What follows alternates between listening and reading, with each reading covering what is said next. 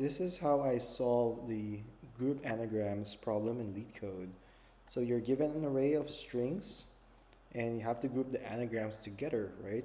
So you're basically given a list of strings and you want to basically put them in each of their buckets or each of their own lists that are anagrams, meaning they comprise of the same letters, right? So I'm going to head and click this tab where I submitted a submission or solution, right? So for my intuition, I first thought about using a map right away to check for strings that will have the same characters when sorted.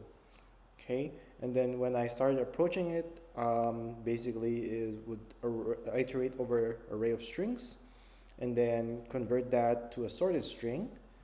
And then now inside that loop, I would check if the key is not there, then insert that sorted string as a key and an int value as an index. Then after that, if statement, find the index of the same sorted string in the map, then add the original string so that, you know, we can add that to a new list. So here's the example solution for me, right? I initialized a list of lists of string and then a map, basically. This is the index to keep track if I need to insert a new one, right? So as you can see, I iterate first, and then this is just to convert it to a string, right? And then as you can see, if this is now in my map, then let's put, right? And then if it's not in my map, we put, and then we want to create a new list inside of that, and then increase the index for the next iteration.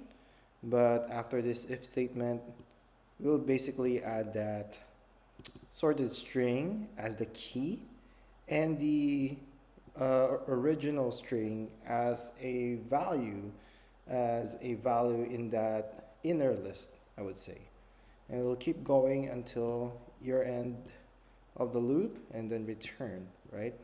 So for complexity, O of n, because it is still one for loop and O of 1 for accessing the map, so it's O of n.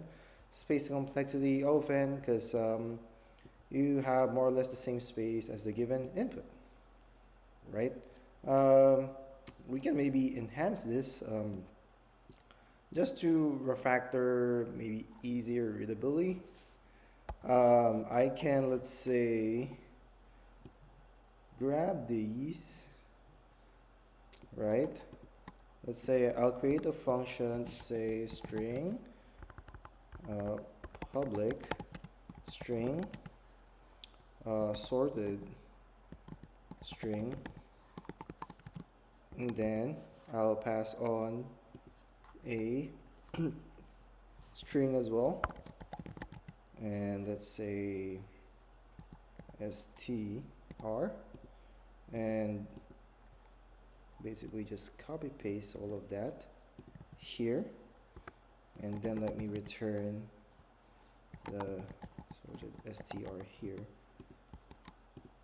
right? So that if someone would have to read my code, I can just now move this along here, string sorted string equals call this function and s, right? Then now we want to basically return this here, right? Let's see if this still works. It should work, but it did not like that because it has a new name now for that parameter. Right? Hit submit just to check if it does work. It should work. Okay. So we just showed you a way to refactor, better readability and maintainability. So you can maybe unit test this if needed, right?